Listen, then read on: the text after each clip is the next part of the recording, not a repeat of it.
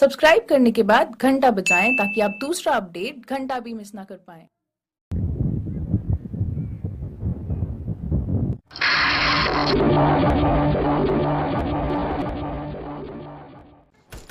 Hello and नमस्कार दोस्तों, मेरा नाम है अंकित। आप देख रहे हैं मेरे यूट्यूब चैनल टेक अंकित। तो दोस्तों, इस वीडियो में आज आपके लिए बहुत खास होने वाला है, क्योंकि आज मैं आपको बताऊंगा कि आप कैसे अपने फ़ोन से शक्तिमान स्पिन फ्लाइंग इफेक्ट बना सकते हैं। तो दोस्तों, ये जानने के लिए आपको इस वीडियो को पूरा देखना होगा और पूरी प्रोसेसिंग को समझना होगा। तो दोस्तों, शुरू से लेकर एंड तक इस वीडियो को देखिए और सीखिए कि कैसे आप बना सकते हैं अपने मोबाइल में शक्तिमान की तरह उड़ने वाला इफेक्ट। तो चलिए शुरू करते हैं।